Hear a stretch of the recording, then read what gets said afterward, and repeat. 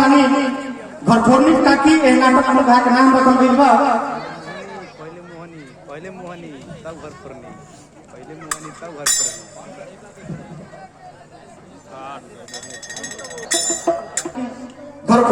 फोरनी ताकि ए नाटक में का नाम दर्शावल गइल बा झगड़ा लगा वाली देखी जा घर फोरनी ताकि के रोल अदा करत बानी पिंटू लाल ड्राइवर जी से हमारा निवेदन कर हुए मंच पे आई दर्शक लोग से मिली।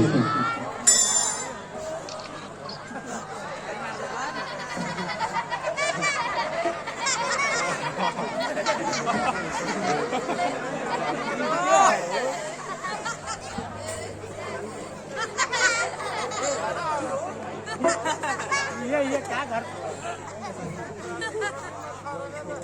शरीर में टन तो मारना क्या हो ना ये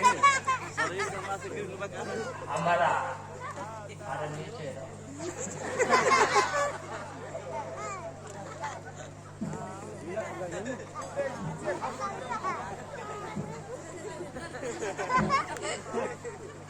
हमारा मोहनी बहू के राणो कौनो जने